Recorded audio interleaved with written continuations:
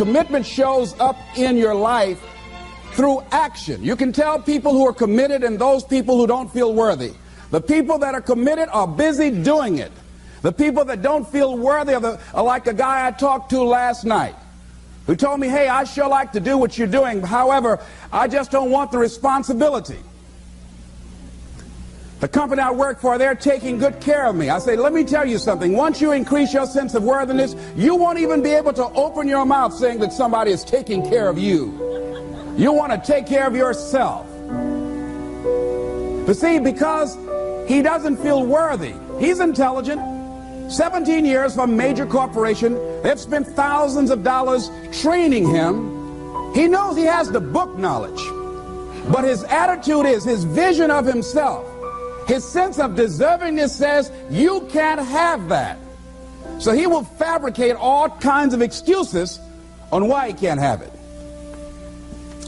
Robert Anthony said something. Robert Anthony said that you can only have two things in life, reasons or results. Notice, reasons don't count. I like that. Folks will always point out reasons on why they're not living their dream, on why they're not manifesting their greatness. They will always be able to point those things out, but none of those things count. The only thing that counts are results. And results don't lie, ladies and gentlemen. They tell it all. Judge a tree by the fruit that it bears, not the ones that it might talk about, not the ones that it might wish for, or think about, or affirm about, but the fruit that it actually bears. So let us look. I think that all of us are committed. But I think that some of us are producing results in our lives that level of commitment brings that we particularly don't like or find distasteful. I don't think that as a participant in life, you cannot be committed. You're either committed to mediocrity or you're committed to greatness. You're either committed to being productive or you're committed to being non-productive. You're committed to being happy or you're committed to being unhappy. See, whatever you're doing, however you spend your time, that tells you who you are. So think about what it is you like to create in your life experience. Once I look at how you commit your time, once I do an evaluation on how you spend your time, I can tell you exactly what you're committed to. People that say they have dreams or want to open a business or want to do something differently than what they're now doing, they don't like their jobs, they're unhappy, they're unfulfilled. People who say they want to improve their income level, look at how they spend their time. How they spend their time, the commitment of their time, how they use that will really tell the truth. People who said, I'd like to do better, but you don't find them in vocational or technical schools upgrading their skills and their knowledge, how they spend their time, that will tell you what's going on. People who say they want to normalize their weight, they want to be healthy, but every time you see them, they're eating, that will tell you that they're committed to being obese for the rest of their lives. People tell you they want to stop smoking and they're lighting up at that time. Folk that say, I want to stop drinking, and every time you're in their face, they're reeking with alcohol, that will tell you what's going on. Don't have to listen to what they say, just watch what they do. Commitment shows up in your life in what you do.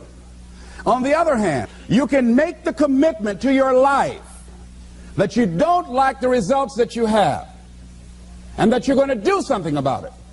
See, that power is available to all of us. People who look at life and decide, I want something different for myself. Carol Hatfield, Carol, who lives in Detroit, single mother, decided that she wanted to go into her own business, did not have enough money to do it. She wanted to have a health food store. She sold her car and used the money to start in a little storefront, a little hole in the wall. She rode to work on a bicycle. And then when she got enough money, she bought a motor scooter and did that for a long time. She's now a very successful person. She now has 3 health food stores. She said it was hard, it's a struggle, Les. She said, but I did it. She said, I made the commitment to do it, and I did it. Why is it that people are frightened by commitment? Because when you say the word commitment, that intimidates a lot of people. Why? Because it means you have to deliver. See, most people, you ask them, hey, look here, I'd like for you to do this, and they'll say, I'll try. I'll try means that is my escape clause. When I don't come through, it's really a polite no. I don't have the courage to tell you no, so I'll tell you I'll try. Hey, look here, I need you to come to this meeting. I'll try. I say, what do you mean? You're going to lean toward the meeting? Try and sit down. You either do or you don't. Try and take this pencil out of my hand. You either do or you don't. There's no such thing as try. So most people like to use that language. They don't want to commit themselves because commitment means, among many things, no excuse is acceptable. That's what it means. No excuse. That if you decided that you're going to do this, if it becomes hard, then do it hard. If it's difficult, so what? If it's inconvenient, so what? See, a lot of people made a commitment to come here tonight, but they looked outside and said, it's raining. The temperature dropped. It's cold outside. And they decide to give up on their commitment. And that's how people do about their dreams. They don't honor their commitment to themselves. Let me tell you what happens when you don't keep your commitment. Number one, it begins to deplete your self-esteem and it erodes your self-image. It weakens your faith in yourself. You don't feel good when you don't keep your commitments. The other thing is that you begin to develop weak relationships with people. People begin to realize they can't depend upon you. They can't rely on you because you won't keep your word. You've established that kind of reputation. Just think, what would your life be like if you decided to keep your commitments? What will all of our lives be like if we decided to keep our commitments? That we decided to do the things that we said that we were going to do. That we wouldn't even speak it unless we were going to do it. If we decided just for a week, just see what your life can be like. Just let's do it for a commitment to make it a 7-day commitment that I won't say I will do anything unless I'm going to do it. And find out what your life will be like. Let me tell you what, if you follow it through, if you keep your commitment to the commitment, at the end of the 7 days, you'll feel strong and powerful. Because by honoring your commitment, each time that you do, that empowers you. Whatever discipline that is required. Whatever it is that you must do. So I'm suggesting, number one, commit yourself to live in the present. I saw the movie, The Dead Poets Society, Robin Williams, and they had a line in there, seize the moment. Many of us are not able to move forward and develop and manifest our greatness because we spend so much time looking back or worrying about the future. Seize the moment. See, you cannot go into the future and manifest your greatness when you have various things in your life that's blocking you. Let's look at how we can begin to keep our commitments. Remembering what Dr. Robert Anthony said about results. When you keep your commitments, you're able to produce some different kinds of results in your life. So how can we keep our commitments? And do we keep all commitments? No, we don't. You will not be at 100%. However, you will have a greater percentage rate of maintaining your commitments to yourself, whatever those things might be. If it's going into business, if it's changing a habit that you know that works against you, if it's overcoming self-destructive behavior, if it's retraining your thinking, if it's reinventing yourself, if it's trying to begin to design your relationship differently, all of us have the possibility, by focusing and really harnessing our attention and concentrating on it, we really have available to us the power to honor our commitments in those particular areas. So number one, make it priority. See, no one would go get on an airplane if you thought your chances of getting there to your destination were as good as your luggage. Am I correct?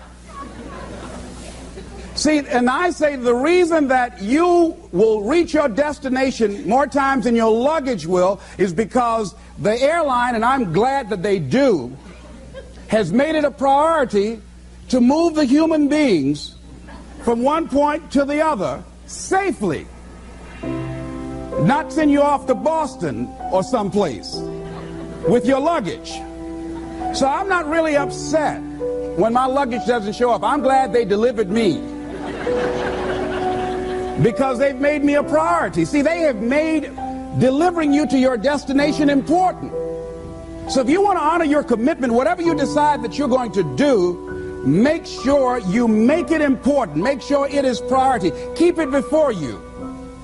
The other thing is, whatever that you want to do, whatever you want to begin to create and beginning to manifest your greatness and strengthening your level of commitment, and it's really exercising your will, find something that you want to do on your goal, one action step, but make sure it stretches you, that it challenges you, but it's doable, that you can do it. This year I decided that I was going to exercise. So I started out doing just 10 setups and 10 push-ups. I know I can do that and not get upset about it. I can do that without thinking. So I started out small. Now I'm up to 50, but if I try to do 50 starting out, I wouldn't still be doing it. So I started doing it in manageable segments. Do that, and that strengthens your will. So my commitment now is strengthened and fortified by the activity of actually doing it. So now I can expand and build from there. When I decided to begin to manage my money differently, and I started saving 5% of my money, then I increased it to 10%, then to 15%. So now I have disciplined myself to live off 75% of my income. I took discipline to do that, but I started watching how I was spending my money. I started keeping a log and following myself. So you want to begin to find something that is manageable, that you know that you can do. The next thing, in beginning to keep your commitments to yourself, have some friends that will hold you accountable, that won't let you off the hook, that won't tolerate anything less than the best from you. People that will support you in this new way of being, in this new state of consciousness. The other thing is that important is have a contingency plan. See, many times when you make a commitment to do something, there are some other variables that will happen that you can't control or you perhaps did not think about. So you want to have some other plans going on. You want to become creative. See, most people don't keep their commitments because when something goes wrong, they just stop. They don't have a contingency plan. So they don't know what to do next. Start being creative. If you challenge yourself, many times we say, I don't know what to do. And I always ask myself, but if you did know what to do, Les, what will it be? That activates another part of my mind. I start thinking about the possibilities and just experimenting. But many of us just stop dead in our tracks. I don't know what to do. You do know what to do. You've got genius in you. Challenge yourself. Push yourself. Make yourself come up with something. Use your imagination. And what you will find is that you know more than you realize that you know. That you're more creative and more resourceful than you realize that you are. And as you do that, the more you do it, the easier it will become. At first, it's going to be a struggle. And after you get into a certain level of consciousness, you will ask yourself, how is it that I didn't see this before? At the level that I'm managing my business now, they say consciousness is what we are. I literally look at myself and say, how is it that I didn't do this before? Why is it that I couldn't see this before? And the reason that I didn't see it before, because I didn't challenge myself. I didn't put myself out here. See, the reason that most of us go through life never discovering our true greatness, literally walking, breathing corpses, the uncommitted life isn't worth living. Why? Because it doesn't produce anything. See, you only make things happen. Your life only counts. You only make a difference when you are committed. When you make a commitment with your life. That's the people that make a commitment with their lives. The people that make a commitment to their customers. The people that make a commitment to their families, to their relationships, are the people that make the greatest impact in life. What is commitment? Commitment is the salesman who says, look here, I'm going to make $1,000 today and I'm not going home. You can turn the lights out. The janitors could be here running the vacuum cleaner. I'm not leaving here till I do it. I used to be a door-to-door salesman. I had X number of TVs. I had a minimum amount that I knew I had to sell every day in order to provide for my mother, who was ill at the time, who had lost her job at the M&M cafeteria because of arthritis. And I said, I'm going to go door to door, and sometimes I would not come home until 1 o'clock at night, knocking on people's door, people closing. What do you want? Would you like to buy a nice working month's television set, no money down? No. What about an Emerson TV? No. Thank you very much. Do you know anybody else that would be interested? No. Thank you very kindly. Knock on another. Hello? Would you like to buy a nice working television set? No money down? No, get away from our door. Thank you very kindly. Do you know anybody else would be? Yeah, my cousin, he lives 2 doors down. Thank you very kindly. I tell him you sent me. When I heard your cousin told me that you wanted to buy a television set, told me to come here and talk to you, we got a special discount for you. Yes, come in, I'm interested. I would just keep right on. I would not go home until I did it. It's an interesting thing, ladies and gentlemen, that when we put ourselves in a situation where we say we're going to do it, it puts you in another zone where the universe responds to you. When you have that kind of consciousness, see, the universe responds to the man or woman that refuses to be denied, because that is your commitment. That business that you want, that book you want to write, that dream that you have of controlling your destiny, that is yours. That power to create that and to manifest that, that is yours. That's available to you. But you've got to be willing to stand there and face disappointment, not have support, be lonely, doubt yourself sometimes, be rejected again and again and again, become bankrupt if necessary, again and again and again, and refuse to turn around until life gives it up. Nothing can resist a person that has that kind of commitment. The people that have made a difference on the planet. When a John F. Kennedy said, we will go to the moon in the next decade, he spoke it. That was a commitment, and people shared that vision. People bought into that.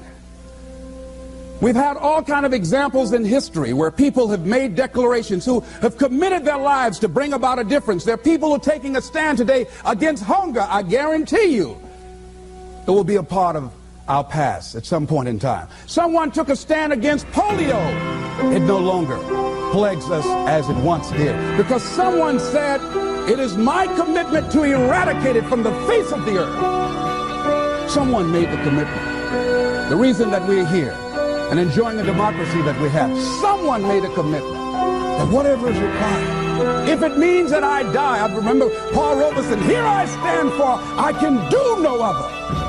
And that's how you must be. Commitment means standing up for your life.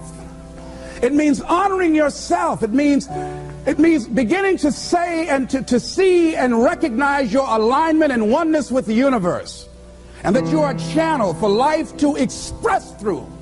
And we short-circuit it with anger. We short-circuit it with fear. We short-circuit it with envy. We short-circuit it by being lazy or apathetic or giving up easily. Why?